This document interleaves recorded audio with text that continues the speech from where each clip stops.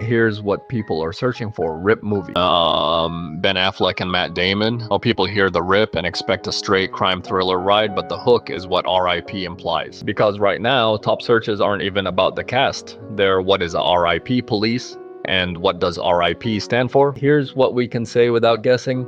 The Rip is a Netflix crime thriller starring Ben Affleck and Matt Damon per Netflix.com. If you're Googling what is a RIP police unit, you're not alone, because the movie leans hard on that acronym's mystique. The catch is, real departments reuse letters for different teams, and the film doesn't need one exact unit to feel plausible. So the smarter question becomes, why did the writers choose RIP?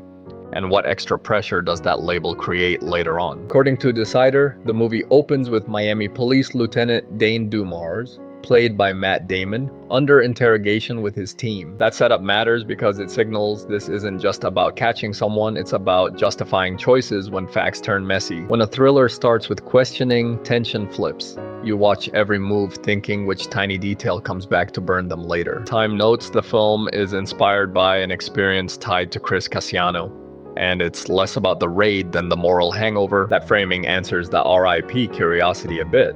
It suggests specialized high-risk police work where the rules can blur quickly. And once the movie introduces money as the pressure point, the acronym stops being trivia and starts reading like a warning label. Time highlights that the Rip is interested in what money does to a team, straining loyalty, judgment, and the stories they rehearse. That's where the stakes ratchet. It's not only prison time, it's whether these guys recognize themselves after the choice lands. Decider describes an interrogation framing device, and it quietly turns every scene into potential evidence, with consequences attached to each detail. It also explains why what does RIP stand for is trending, because viewers sense the unit name ties to accountability and cover story. Netflix's write-ups focus on Damon and Affleck reteaming, and that matters because their shared history sells trust, then tests it hard. Here's the thing, that dynamic is why these mid-budget thrillers work on streaming. You don't need lore, you need friction fast. My one take: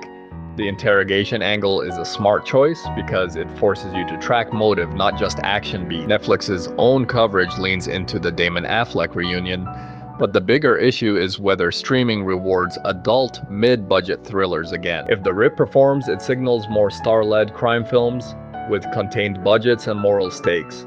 If it doesn't, studios may chase franchises. One more clarification: a Reddit thread about Rip Ride rocket replacements is unrelated, but it's mudding searches for Rip online. So when you hear RIP in the Rip, do you want it defined or kept vague for tension, and why? Thank you for watching, and see you next time.